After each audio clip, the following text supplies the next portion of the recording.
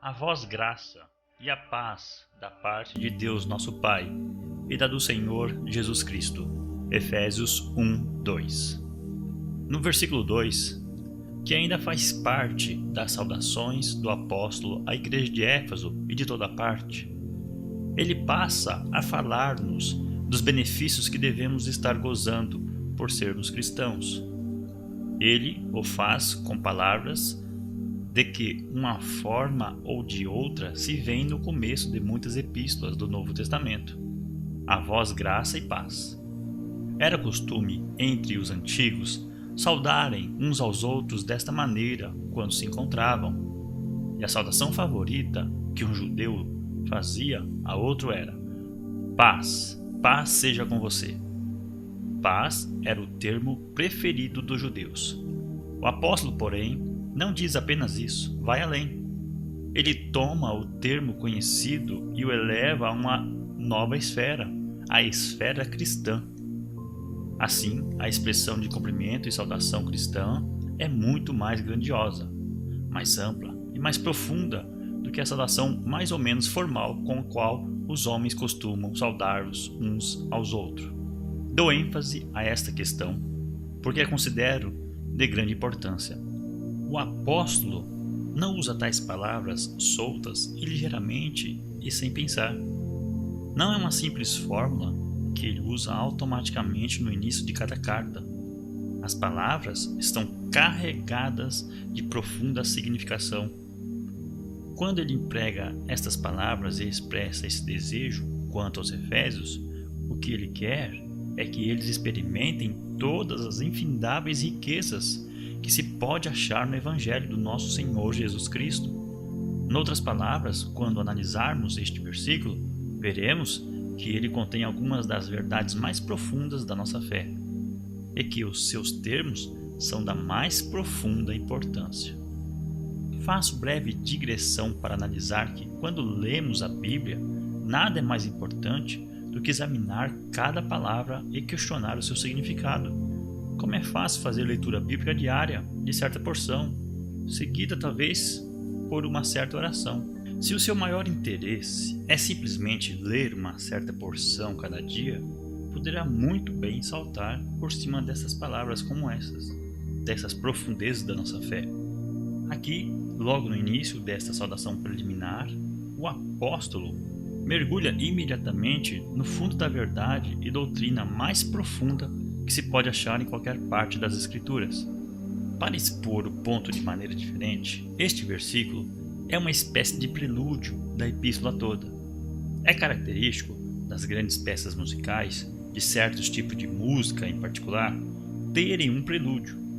O musicista começa compondo o corpo maior da obra, que pode ter vários movimentos ou atos, cada qual com seu tema. Depois, tendo concluído a obra, ele retorna ao princípio e compõe um prelúdio, no qual reúne os principais motivos ou temas que emergiram no corpo da obra. Ele faz isso atinando uma sugestão, talvez em poucos compassos, para aguçar o seu apetite e para que você possa ter uma ideia daquilo que ele vai desenvolver no corpo principal da obra. É minha opinião que este versículo 2 é o prelúdio de toda esta epístola.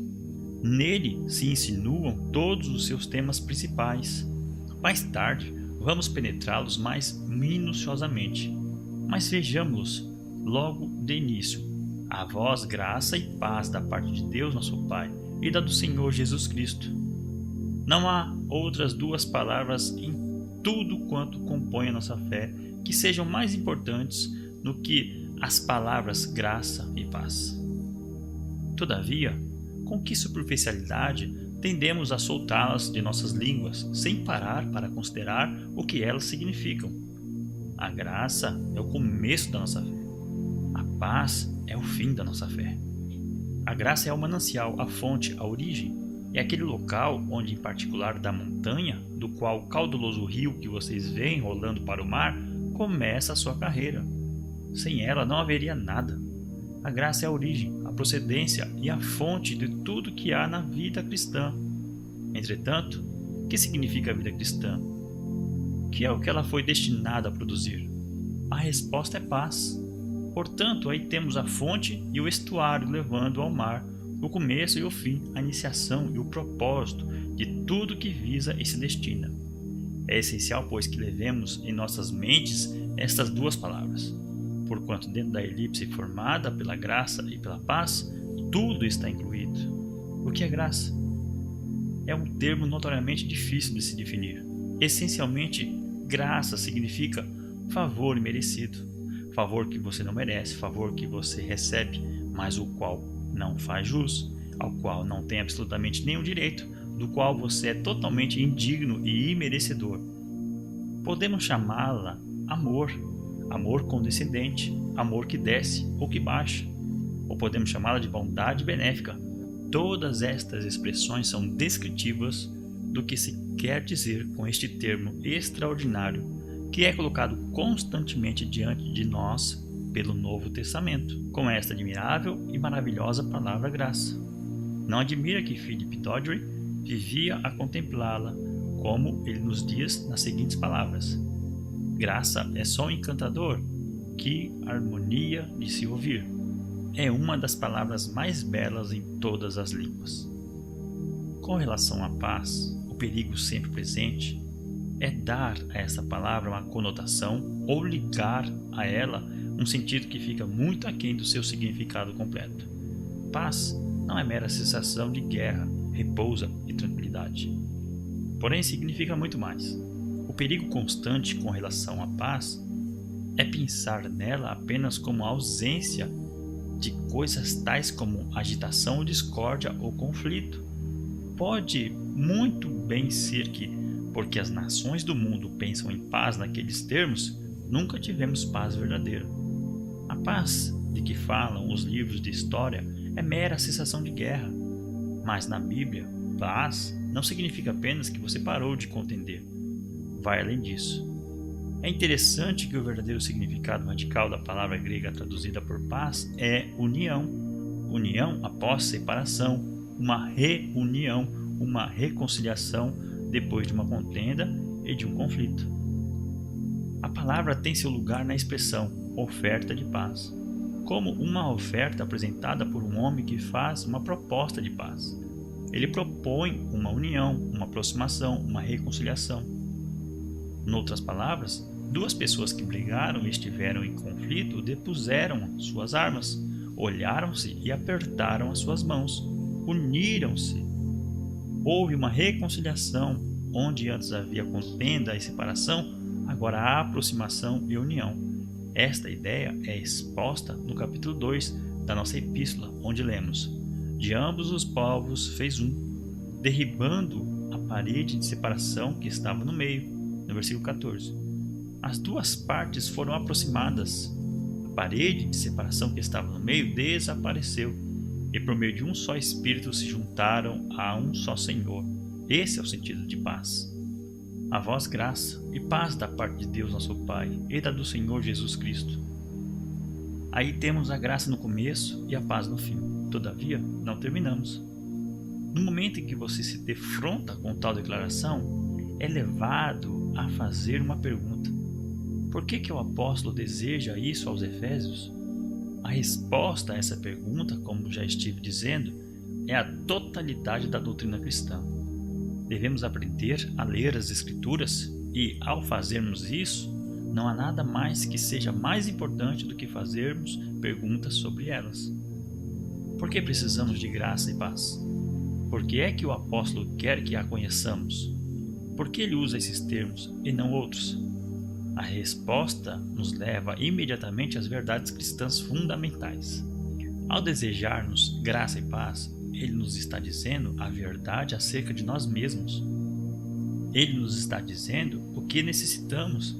Necessitamos da graça que nos leve à paz, porque o homem é o que é em consequência da queda e do pecado. O que isso significa em detalhe é exposto plenamente pelo apóstolo no capítulo 2. O homem em pecado está em inimizade com Deus. O homem, por natureza, como nasce neste mundo, odeia Deus. Não somente está separado de Deus, mas luta contra Deus. É um inimigo de Deus. Tudo nele é, por natureza, completamente oposto a Deus. Essa é a verdade acerca do homem. E o resultado é que o homem, nessa condição, está combatendo a Deus, está pelejando contra ele e o está odiando.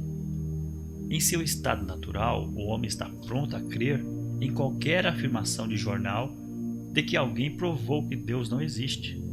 O homem pula diante de declarações desse tipo e se deleita nelas, porque ele odeia Deus.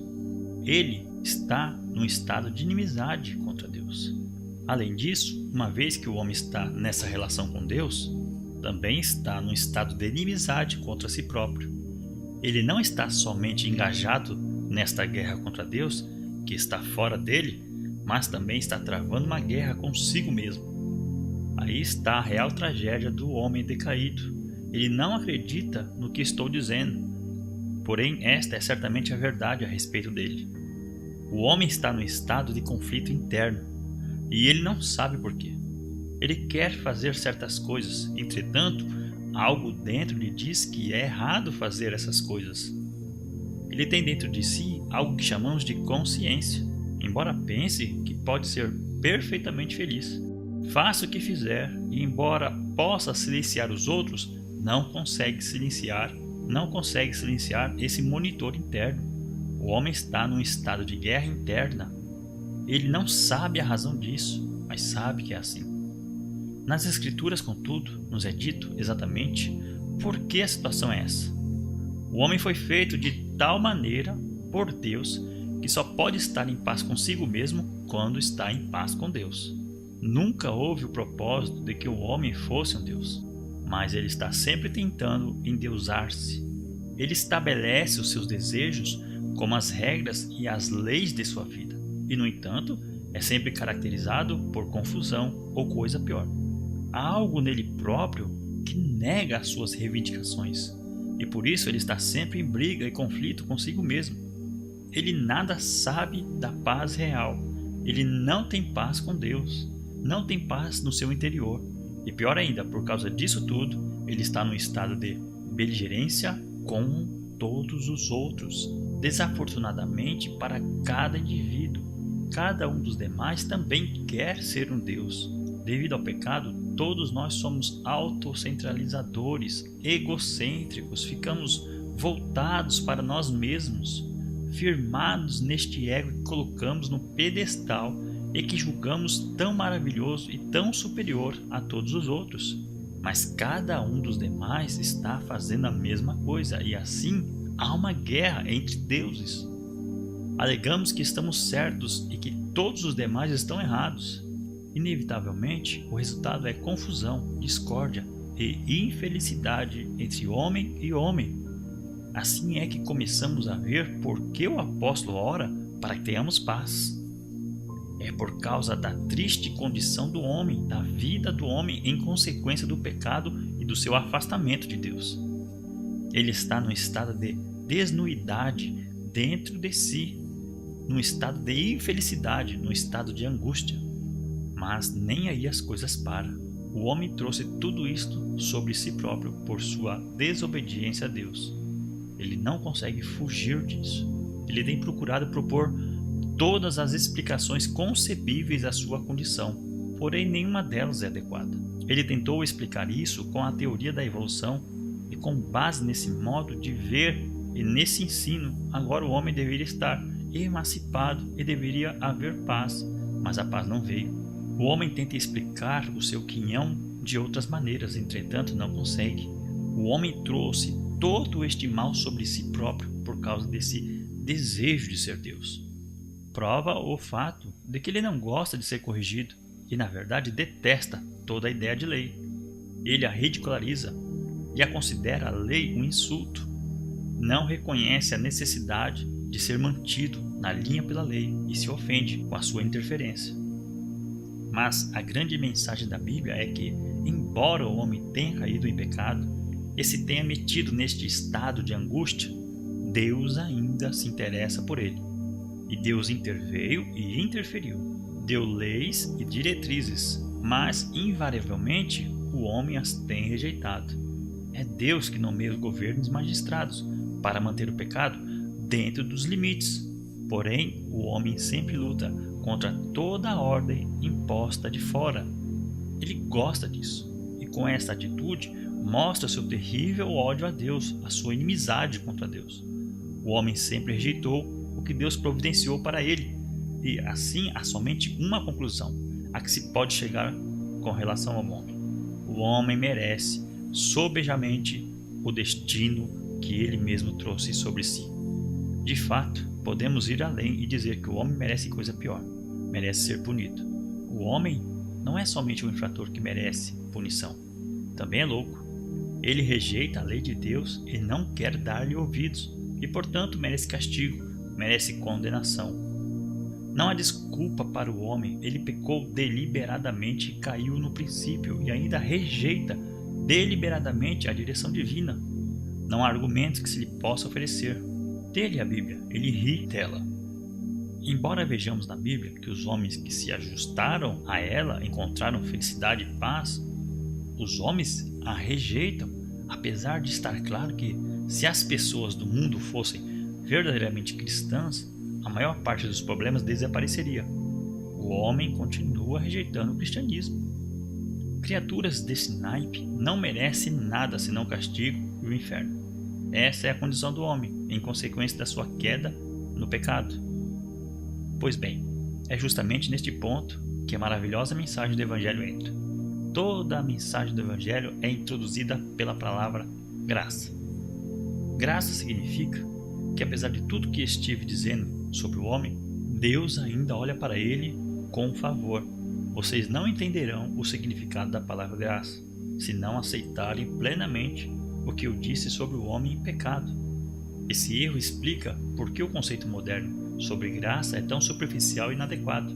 É porque o homem tem um conceito inadequado do pecado que ele tem e um conceito inadequado da graça de Deus. Se vocês quiserem dimensionar a graça, precisarão dimensionar a profundidade do pecado. A graça é aquilo que diz ao homem que, apesar de tudo o que caracteriza, Deus olha para ele com favor. É completamente imerecida. O homem não lhe faz justo. Mas esta é a mensagem da expressão a vós graça. É a ação de Deus a que não temos direito, que não merecemos. É um amor condescendente, quando o homem não merecia nada senão ser eliminado da existência. Deus olhou para ele com graça e misericórdia e o tratou em conformidade com sua graça e misericórdia. Assim, esta palavra singular, graça, no início da epístola, introduz o Evangelho todo. Este é o grande tema das Escrituras, em todas as suas partes. Por exemplo, Paulo escreve em Romanos, capítulo 5: Cristo morreu por nós, sendo nós ainda pecadores. Logo mais, agora, sendo justificados pelo seu sangue, seremos por ele salvos da ira. Porque se nós, sendo inimigos, fomos reconciliados com Deus pela morte do seu Filho, muito mais estando já reconciliados, seremos salvos pela sua vida. Diz ele que éramos não somente pecadores, mas inimigos. Não somente havíamos caído, distanciando-nos de Deus, e lhe tínhamos desobedecido, e nos vimos nessa desgraça. Mas, além disso, há essa inimizade, este ódio, esse antagonismo do Espírito. O Evangelho assevera que, a despeito da nossa inimizade contra Deus, Ele deu seu Filho por nós, e para a nossa salvação, o que Ele fez foi estabelecer a paz. No capítulo 2 desta epístola, lemos que Ele nos reconciliou consigo e nos introduziu no estado de união com Ele. Seu olhar para nós, com sua graça, redundou em paz, e em paz perfeita. A graça de Deus em ação desfaz completamente tudo que descrevemos com o resultado do pecado. Primeiramente, e acima de tudo, Ele dá paz com Deus. Sendo, pois, justificados pela fé, temos paz com Deus. Romanos 5:1. Fomos reconciliados com Deus. A inimizade entre nós e Deus foi-se, graças ao que Deus fez por sua graça. Mas o resultado da graça não é somente paz com Deus. Ele dá ao homem paz interior. Ele capacita o homem pela primeira vez em sua vida a dar a resposta a uma consciência acusadora. Ele capacita o homem pela primeira vez em sua vida a ter descanso na mente e no coração. Pela primeira vez, o homem pode viver consigo mesmo e pode saber que está tudo bem. o conflito acabou nesse sentido fundamental e ele entende pela primeira vez a causa de todos os seus problemas. Ele enxerga um modo de sobrepor-se a todas as suas dificuldades e vislumbra a vitória final que o espera em Cristo. Isso, por sua vez, leva-o a um estado de paz com as outras pessoas. Trataremos disso em detalhes mais adiante. Porém, ei-lo aqui em resumo, logo no início. No entanto, em que um homem se torna cristão, nada continua o mesmo, e ninguém continua sendo o mesmo para ele.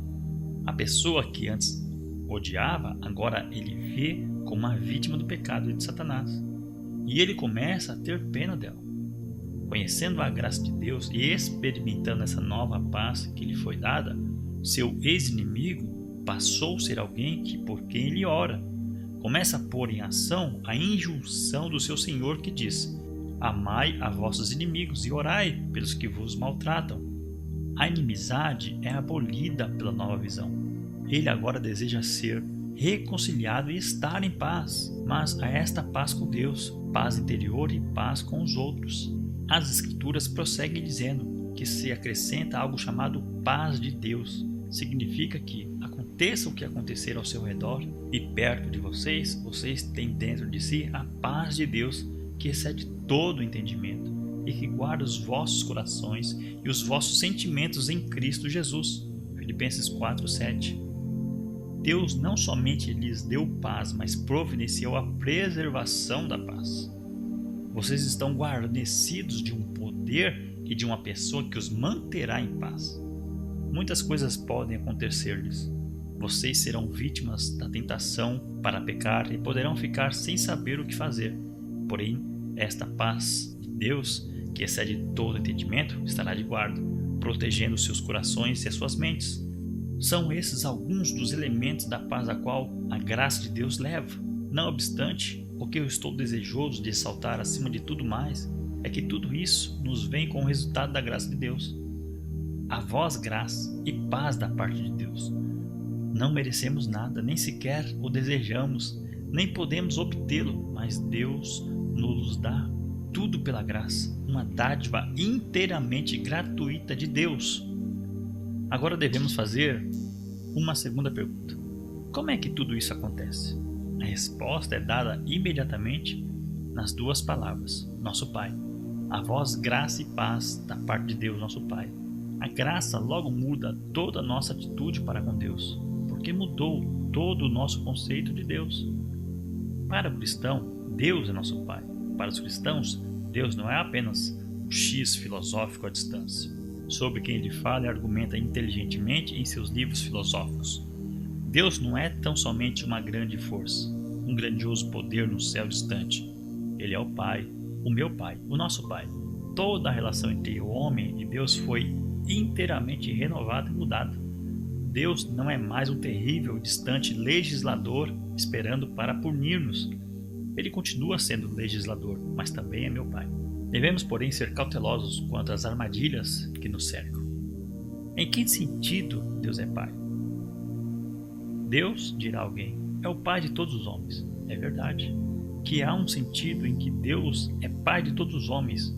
Paulo, pregando aos atenienses, afirma que Deus é nosso Pai nesse sentido, que todos somos sua geração. Atos 17:28.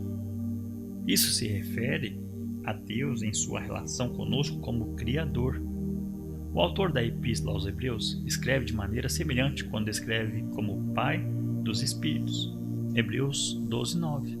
Deus é o Pai de todos os Espíritos, como aquele que os fez, como seu Criador. E nesse sentido, ele é o progenitor dos Espíritos de todos os homens. Mas quando Paulo diz aqui, nosso Pai, não está falando naquele sentido geral. Deus é Pai não somente no sentido geral, mas no sentido particular é nosso Pai. Todos os homens, tendo pecado, caíram e perderam aquela relação inicial. E, portanto, o nosso Senhor pode dizer a certos judeus: vós tendes por pai o diabo, João 8:44. Evidentemente, eles não eram filhos de Deus. Assim, o apóstolo aqui não está simplesmente descrevendo Deus em termos gerais de paternidade, em termos de criação.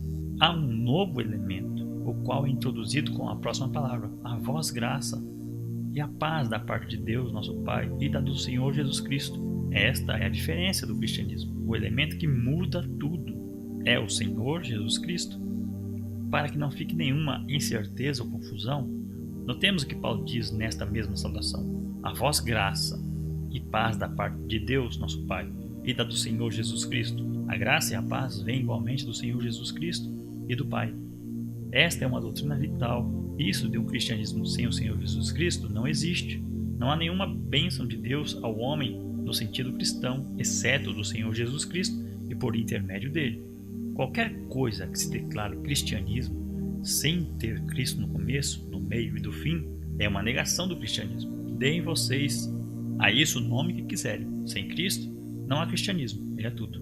Quem é esta pessoa que o apóstolo liga com Deus o Pai? Observemos os termos empregados. Ele é o Senhor, isto é, Jeová. A palavra traduzida por Senhor é a palavra que os judeus empregavam na antiga dispensação para Deus. Era o maior de todos os nomes.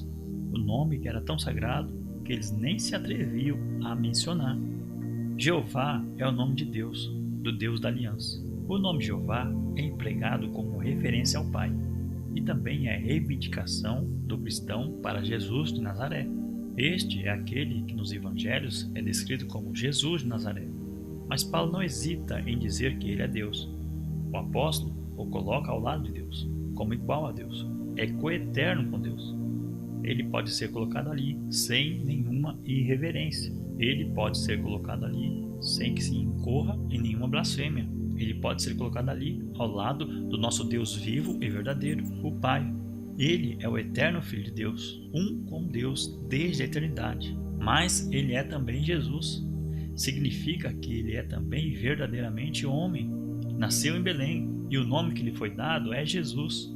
Ele veio para ser um menino no templo, Jesus de Nazaré. Ele foi um carpinteiro, filho de José e Maria. E lemos a respeito dos seus irmãos. Ele é um homem que começou a pregar com a idade de 30 anos, Jesus, o operador de milagres. No versículo seguinte, porém, nos é dito algo mais sobre ele. Bendito Deus e Pai do nosso Senhor Jesus Cristo. Ele é o Senhor, ele é Jeová, ele é Deus, mas Deus é também o seu Deus. E Deus é seu Pai. Este é o grande mistério. Ele mesmo disse, pouco antes do fim da sua vida terrena: eu subo para o meu Pai e vosso Pai, meu Deus e vosso Deus. João 20:17. Ele já dissera: o Pai é maior que eu, todavia, ele é Jeová, porém é também Jesus, o Deus homem. A assombrosa doutrina da encarnação está aí, no versículo 2. Cristo é a segunda pessoa da Trindade Santa e Bendita, que em seu condescendente amor desceu para reconciliar-nos com Deus. Ele próprio é o Senhor Jeová.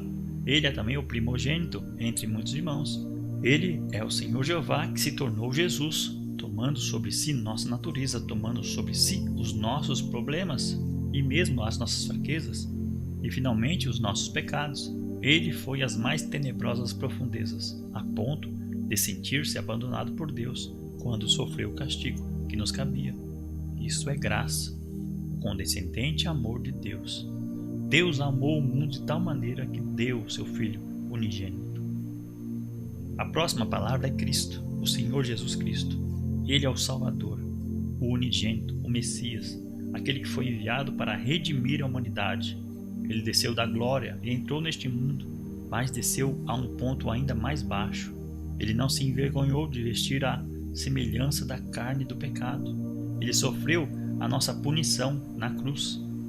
Seu sangue foi derramado por nós e nós fomos reconciliados com Deus e temos paz com Deus. Ainda mais maravilhoso, porém, tendo assumido a nossa natureza, Ele nos dá então a sua natureza, pois Cristo não nos dá somente o perdão, Ele nos dá um novo nascimento e nos tornamos filhos de Deus. O Filho de Deus tornou-se o Filho do homem para que os filhos dos homens se tornassem filhos de Deus, como João Calvino disse uma vez. Significa que não somente temos paz com Deus e com os outros, mas também gozamos o favor de Deus porque somos filhos de Deus em Cristo. Deus, que é seu Deus e seu Pai, tornou-se nosso Deus e nosso Pai. Por isso o apóstolo pode dizer, incluindo-nos a nós que somos cristãos com ele: a vós graça e a paz da parte de Deus nosso Pai e da do Senhor Jesus Cristo. A suprema honra, a maior dádiva da graça de Deus a nós, é que nos tornamos filhos de Deus e que nesta qualidade passaremos a eternidade na presença de nosso Pai. A graça totalmente merecida leva à paz, à filiação e finalmente à glória eterna.